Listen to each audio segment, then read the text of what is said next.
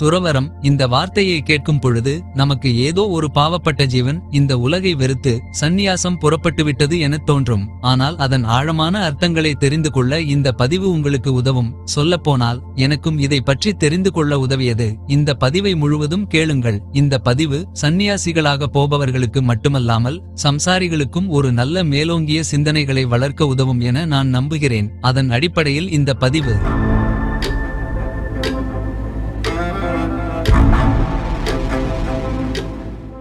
ஒரு மனிதனுக்கு துறவரம் என்பது இந்த உலகில் உள்ள எல்லாவிதமான இன்பங்கள், துன்பங்கள் மற்றும் ஆசைகளை கடந்து ஆன்மீக இலக்கை அடைவது என பலரும் நினைக்கிறார்கள். ஆனால் என்னை பொறுத்தவரை துறவரம் என்பது எந்த இலக்கையும், அதாவது ஆன்மீக இலக்கை கூட எண்ணாமல் வாழ்வதுதான் உண்மையான துறவரம். ஒரு உண்மையான துறவிக்கு தேடுதல் மட்டும்தான் இருக்குமே தவிர எந்தவிதமான எண்ணங்களும் இருக்காது. அப்படி ஒருவர் துறவரம் செல்வது அவ்வளவு எளிதல்ல. ஒரு துறவிக்கு தன் உடலின் மேல் எந்தவிதமான பற்றுதலும் இருக்காது. தன் நெருங்கிய உறவுகளென்று யார் மீதும் அவருக்கு பற்றுதல் இருக்காது. மனிதனின் உணர்ச்சிகள் என சொல்லப்படும் 6 அடிப்படை உணர்ச்சிகளான மகிழ்ச்சி, கோபம், பயம், சோகம், வெறுப்பு மற்றும் ஆச்சரியம் என எந்தவிதமான உள் உணர்வுகளும் அவர்களுக்கு இருக்காது. இந்த உலகை ஒட்டுமொத்தமாக ஒரு சேர ஒரு உயிராக நினைக்கும் எண்ணம் கொண்டவர்களே துறவிகள்.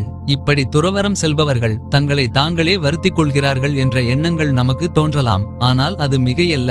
சொல்லப்போனால் இது இல்லற வாழ்க்கையில் இருப்பவர்களுக்குத்தான் பொருந்தும். இந்த உலகில் மனிதர்கள் தங்களை வருத்திக் கொள்வதைக் கண்டே ஒரு சிலர் துறவிகளாக மாறிப்போனார்கள். புத்தர் தன் வாழ்க்கையில் ஒரு அரச குடும்பத்தில் இளவரசராக பிறந்து தனது 29 வயது வரை எந்தவித கஷ்டமும் அனுபவிக்காமல் வாழ்ந்து வந்தார். ஒரு நாள் வீதியில் செல்லும் பொழுது அங்கு நோய்வாய்ப்பட்டிருக்கும் மனிதர்களையும் ஒரு சாவுக்கான சடங்குகளையும் கண்டு மனிதர்களின் வாழ்க்கை இவ்வளவுதானா என எண்ண ஆரம்பித்தார். அது அவர் மனதை பெரிதும் பாதித்தது.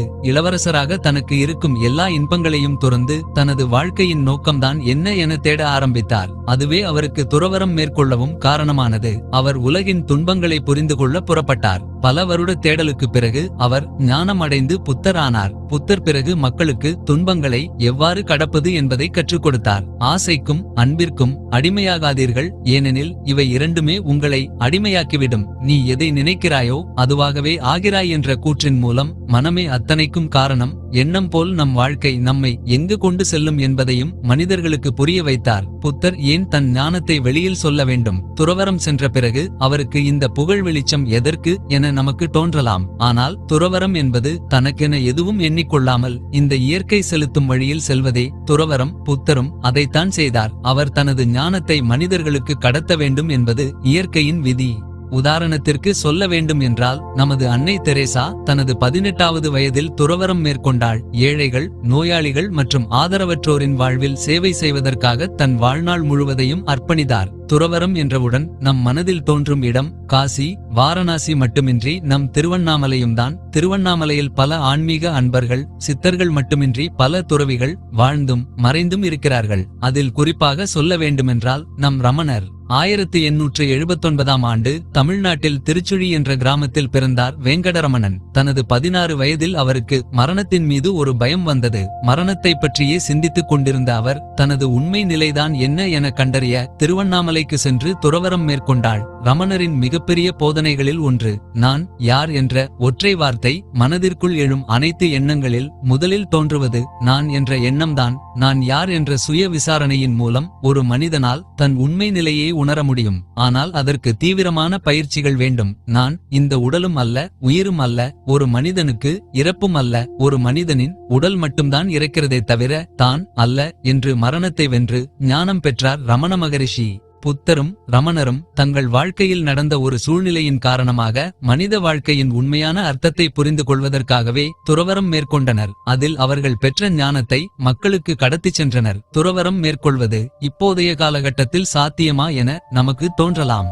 Doctor RV. நாகராஜன் செங்கல்பட்டில் உள்ள இந்துஸ்தான் பல்கலைக்கழகத்தில் பேராசிரியராக பணிபுரிந்து வந்தார். கொரோனா காலகட்டங்களில் தனது யூடியூப் பக்கத்தில் ஓம் காட் என்ற ஒரு சேனல் தொடங்கி அதில் ஆன்மீக சம்பந்தப்பட்ட பதிவுகளை செய்து வந்தார். நாகராஜன் ஒரு மனித வாழ்க்கையின் இறுதிக்கட்டம் என்பது துறவரம் மட்டுமே என கூறுவார். இவர் கிட்டத்தட்ட அவர் 400க்கும் மேற்பட்ட ஆன்மீக வீடியோக்களை பதிவு செய்துள்ளார். கடைசியாக அவர் ஆகஸ்ட் 20, 2021 அன்று ஃபைனல் மெசேஜ் என்று தன்னுடைய கடைசி பதிவை பதிவு பதிவு செய்துவிட்டு அவர் சம்பந்தப்பட்ட தன்னுடைய அனைத்து சான்றிதழ்களையும் ஆவணங்களையும் தீ வைத்தெரித்துவிட்டு தற்பொழுது திருவண்ணாமலையில் துறவரம் மேற்கொண்டு வருகிறார். இவர் வசித்து வந்த சொந்த அபார்ட்மெண்ட்டை ₹1 ஒரு தெரியாத நபருக்கு கொடுத்துவிட்டு வந்ததாகவும் அவர் கூறினார். ஆன்மீகத்தின் துவக்க நிலை கோவிலுக்கு செல்லுதல், ஆன்மீகத்தின் உச்ச நிலை துறவு நிலைதான் என்பது அவருடைய அறிவுரைகள்.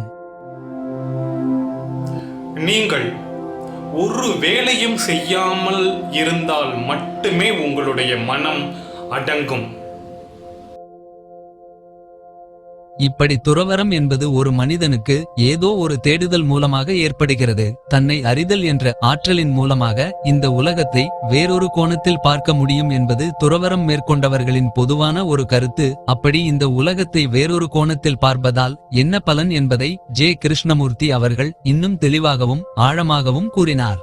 ஜே. கிருஷ்ணமூர்த்தி அவர்கள் 1895ஆம் ஆண்டு ஆந்திராவில் உள்ள மதனப்பள்ளியில் ஒரு ஏழை வீட்டில் பிறந்தார். அவரை ஒரு சொசைட்டி தத்தெடுத்து வளர்க்க ஆரம்பித்தது. மனித வாழ்க்கையின் உண்மை நிலையை கண்டறிவதற்காகவே வளர்க்கப்பட்டார் இவர். தனது தீவிரமான தியானத்தின் மூலமாக அவர் பெற்ற ஆற்றலை உலகமெங்கும் சென்று பரப்புரை ஆற்றினார். அவரை பொறுத்தவரை உண்மை என்பது ஒரு பாதையற்ற நிலம். அதை எந்த குருவாலும் உங்களுக்கு வழி காட்ட முடியாது. உங்களுக்கு நீங்களே குருவாக இருந்து அதை கண்டறிவதே ஒரே வழி என அவர் கூறினார். அதற்கு நமக்கு தீவிரமான உள்நோக்கி பார்க்கும் கவனம் தேவை. அதை எப்படி செய்வது?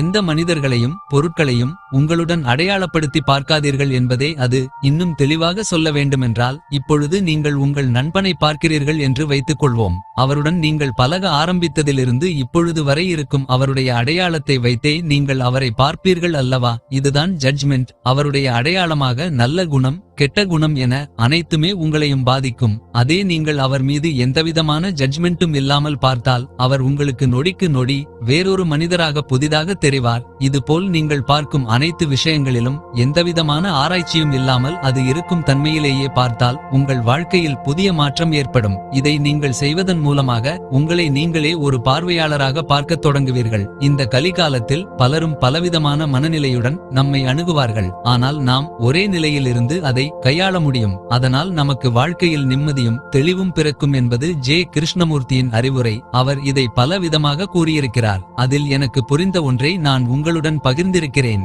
இதுவரை நான் பேசியதில் உங்களுக்கு துறவரத்தை பற்றி ஓரளவுக்கு தெளிவு கிடைத்திருக்கும் என நான் நம்புகிறேன். ஒரு துறவரம் என்பது அனைத்தையும் துரத்தல் என்ற அர்த்தம் இல்லை. நமக்கு திருமணம் ஆகியிருக்கலாம், குழந்தைகள் இருக்கலாம். அவர்களை எல்லாம் விட்டுவிட்டு திருவண்ணாமலையில் போய் அமர்ந்து கொள்வது சாத்தியம் இல்லை. துறவர வாழ்வில் மட்டுமே நமக்கு நிம்மதியும் தெளிவும் கிடைக்கும் என்ற அர்த்தம் கிடையாது. சம்சாரியாக இருந்து கொண்டும் நாம் அந்த மனநிலையை அடையலாம். அதற்கு எடுத்துக்காட்டுதான் நமது சூப்பர் ஸ்டார் ரஜினிகாந்த் அவர்கள். அவர் மீது பலருக்கு பல விமர்சனம் இருக்கலாம். ஆனால் அவரிடமிருந்து கற்றுக்கொள்ளவும் நிறைய இருக்கிறது.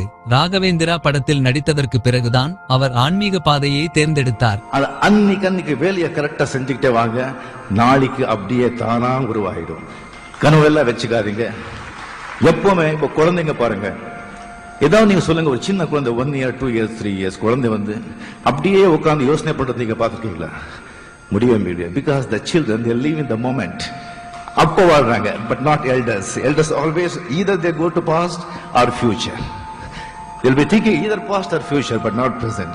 அதன் பிறகு ஒரு யோகியின் சுயசரிதை என்ற புத்தகத்தையும் வாசிக்க ஆரம்பித்தார். அதன் மூலமாக கிரியா யோக என்ற ஒரு உன்னதமான யோக பயிற்சி முறையையும் கற்றுக்கொண்டார். அவருக்கு வாழ்வில் பல சிக்கல்கள் இருந்தாலும் மனதளவில் நிம்மதியாக வாழ இது உதவியது. யார் என்ன சொன்னால் என்ன என